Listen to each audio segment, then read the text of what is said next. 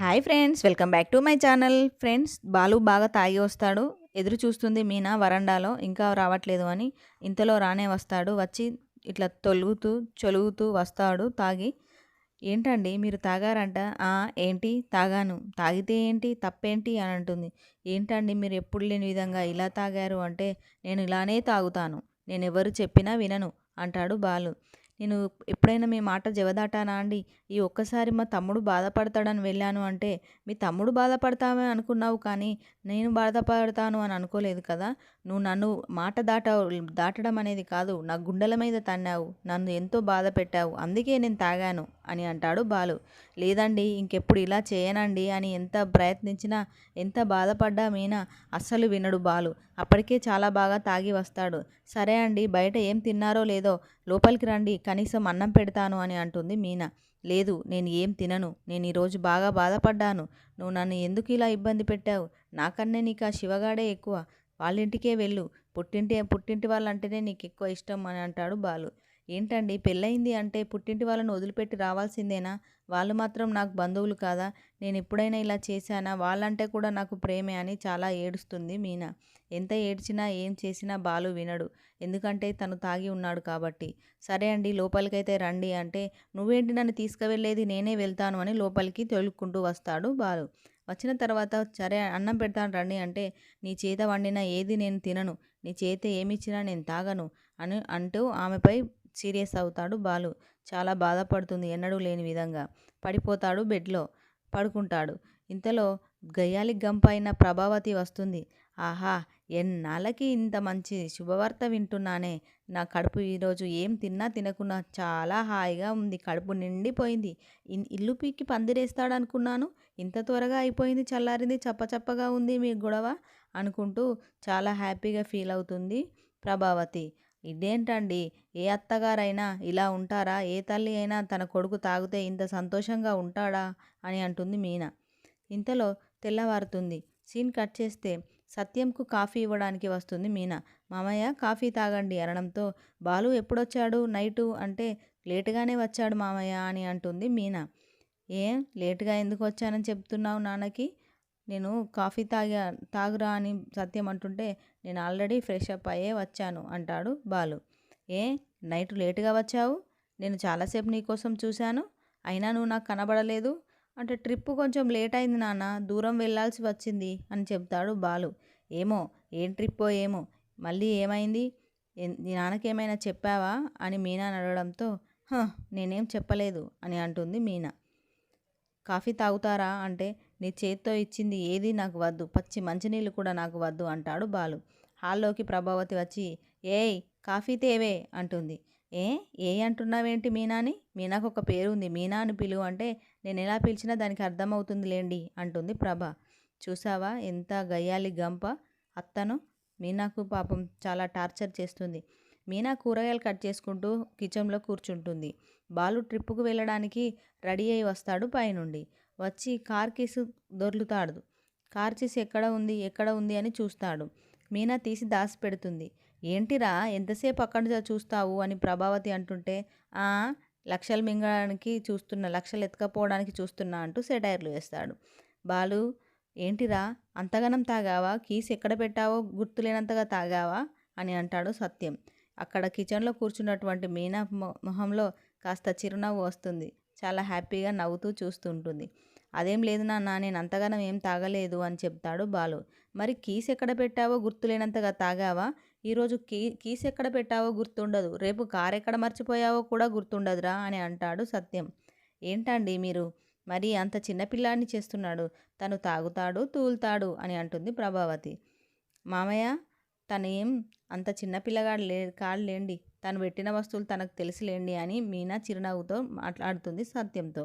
ఎక్కడ పెట్టావో కూడా గుర్తులేనంతగా ఉంటుందారా అని అనడంతో, ఇంత లేదు నాన్న, నేనేం అంత తాగలేదు అని చిన్నగా మాట్లాడతాడు. నీ మాటల్లోనే తెలుస్తుందిరా నాకు నువ్వు తాగింది.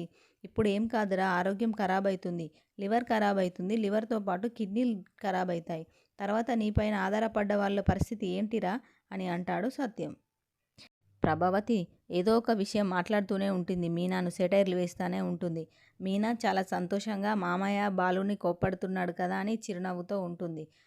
బాలు సైలెంట్‌గా వాళ్ళ నాన్న చెప్పిన మాటలను వింటూ ఉంటాడు.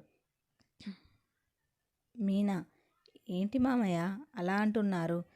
చాలా తక్కువనే తాగానంటున్నాడు కదా అని అంటుంది మీనా. ఏంటండి, వాడు తాగుతాడు, ఏదైనా చేస్తాడు.